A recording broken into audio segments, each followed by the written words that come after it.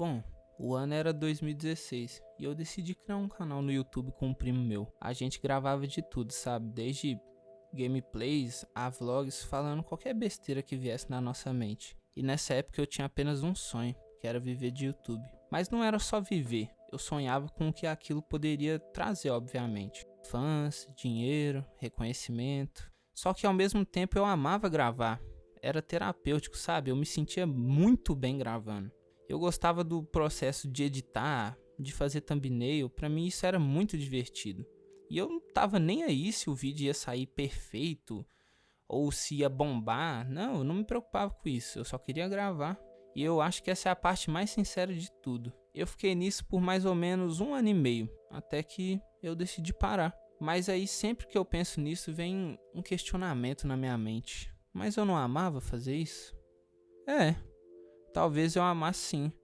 Mas se pá, eu acho que eu amava mais o que aquilo poderia me oferecer um dia. É contraditório, mas é a verdade. A gente pode sim fazer algo de coração e ainda assim querer que aquilo traga algo em troca pra gente. Mas só que eu era novo demais pra entender essas coisas, sabe? Entender que algumas coisas levam tempo e que outras coisas, infelizmente, não dependem só da gente. O que mudou depois disso? Bom, depois daquela frustração que eu tive lá no canal, algo em mim mudou. Eu parei de querer viver a trajetória. Eu só focava no fim dela. E eu só queria saber no que aquilo podia me dar lá na frente. E eu ficava nessa antes mesmo de sequer começar a fazer algo. E toda vez que eu botava a mão na massa pra fazer, adivinha? Dava errado. E o pior de tudo é que doía o dobro. Porque não era só uma tentativa que tava dando errado.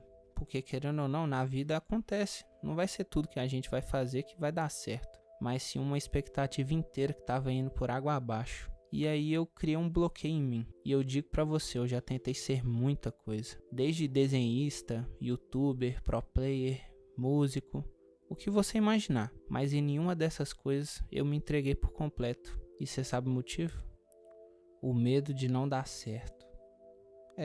Esse é o motivo. O medo de fracassar. E o pior é que esse medo é silencioso. Ele não grita, mas ele tá ali só esperando a oportunidade certa de te fazer travar e acabar com as suas migalhas de expectativas. Ele é aquele sentimento de te fazer pensar 2 vezes antes de tentar. Ele quer de qualquer jeito que você desista antes mesmo de começar. E direto eu me pergunto, o que é fracassar? É não bombar na internet? É não ter um trampo incrível? É não ganhar dinheiro o suficiente? Ou será que fracassar é passar uma vida inteira sem tentar fazer aquilo que faz sentido pra você? Como aquela coisa que vem na sua mente toda vez antes de dormir. E sim, você sabe exatamente do que eu tô falando, mas não tem coragem de fazer, por medo de fracassar. E foi nessa que eu percebi que eu tava preso demais ao resultado, e isso estava me impedindo de viver da forma que eu queria. Hoje em dia parece que todo mundo tem pressa, né? A gente fica se comparando o tempo todo. As redes sociais fazem parecer que todo mundo já chegou lá,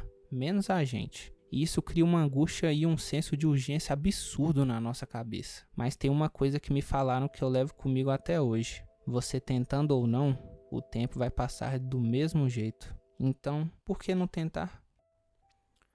O momento que Naruto reacendeu algo. Pode parecer clichê, mas foi Naruto. Eu cresci assistindo alguém que era odiado, que era o pior da turma, que ninguém levava a sério, que falhava o tempo todo, mas ele desistia. Eu nem preciso dizer, né? E diversas vezes eu esquecia da motivação que me guiava em praticamente tudo que eu fazia na vida. Se o Naruto nunca desistiu, por que eu vou desistir tão fácil de algo que eu amo? Não é sobre ser Hokage, é sobre continuar tentando. Mesmo que ninguém acredite, tente. Se te disseram que você não tem talento para algo, mostre que o trabalho duro sempre vence. E é graças a isso que eu decidi gravar esse vídeo.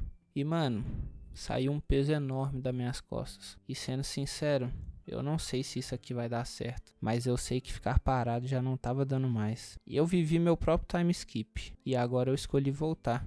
Não porque eu tenha certeza que vai funcionar, mas porque dessa vez eu quero aprender a amar o processo. E se você ficou até aqui, talvez tenha algo aí dentro de você que também quer tentar de novo.